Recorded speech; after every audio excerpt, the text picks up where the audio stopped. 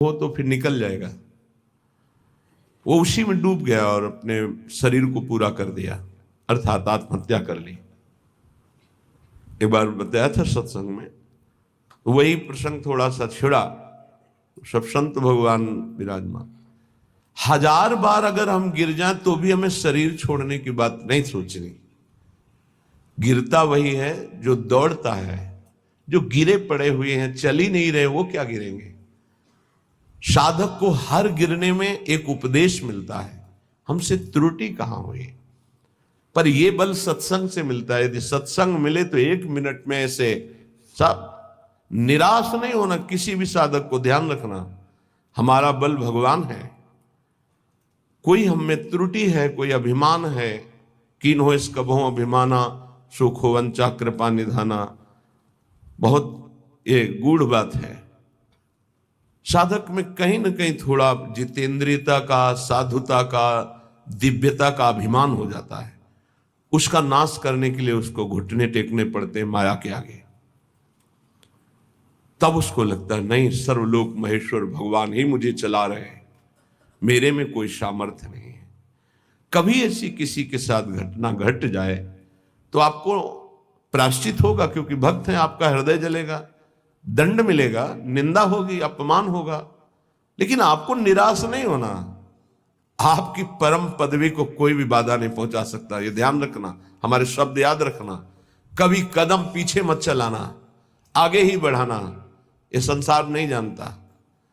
तभी हम कहते हैं कि संतों के पास बैठकर जो सुना जाता है उनके अनुभव सुने जाते हैं। शास्त्रों में तो सब लिखा ही है, लेकिन जो शास्त्रों में लिखा है उसका उन्होंने साक्षात्कार किया है, फिर अनुभव करके बोल रहे। तो इस बात को समझे, 1000 बार त्रुटि हो जाए, गलती हो जाए, हम ये नहीं कहते गलती करो, लेकिन 1000 बार गलती हो जाए तो भी हमें प्रभु का मार्ग नहीं छोड़ना और अपने शरीर को किसी भी तरह से बाहरी दंड नहीं देना, आंतरिक दंड देना है।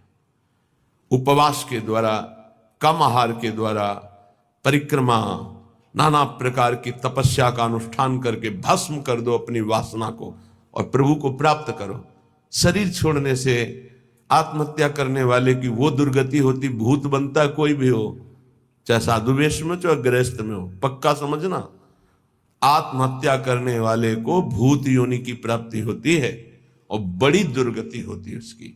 एक बूंद पानी पीने को नहीं मिलता। पानी की प्यास की कीमत वही जानते हैं जिनको प्यास होने पर पानी नहीं मिलता।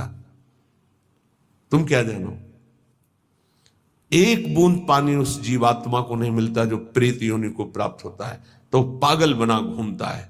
फिर किसी निकृष्ट आचरण वाले के ऊपर सवार होकर तब वो अपनी प्यास बुझाना चाहता है। इसलिए इस मार्ग में चलने वाले पथिक को इतनी हिम्मत होनी चाहिए। लोका स्वच्छंद निंदाम विंदधति यदि में किम ततो दीन दीनम।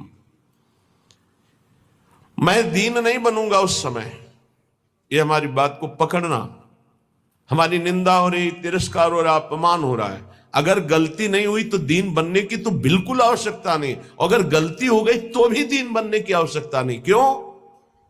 क्योंकि कुश्ती लड़ने वाला ही हारता है, देखने वाले तो केवल तालियां बजाते हैं। सदैव विजयी नहीं रहता, कभी कभी दांव चूक जाता है, दोबिया पछाड़ में गिरता है। ऐसे ही हमारा युद्ध हो रहा है काम से, क्रोध से, लोभ से, मोह से, मद से, मत्सर से। ये क्या जाने, संसारी क्या जाने।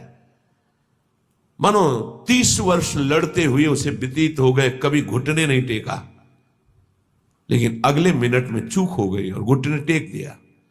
अब संसार उसकी पराजय की निंदा करेगा, लेकिन हम उस उपासक को सपोर्ट करते हुए हृदय से कहते हैं, कभी ने घुटने टेका, फिर खड़े हो और दौड़ प्रभु की तरफ। देख तो संसार पर विजय प्राप्त कर ही लेगा। नामे भक्ता प्रणश्यति।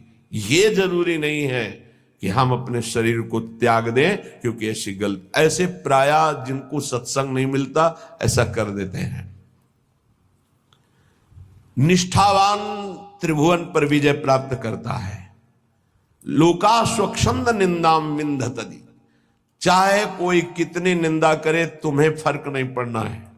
और फर्क पड़ जाता है तब जब सत्संग नहीं मिलता। ये हम आपको सत्य कहते हैं। सत्संग में बड़ी सामर्थ्य है। संतों के वचन अमोघ अमृत होते हैं। सब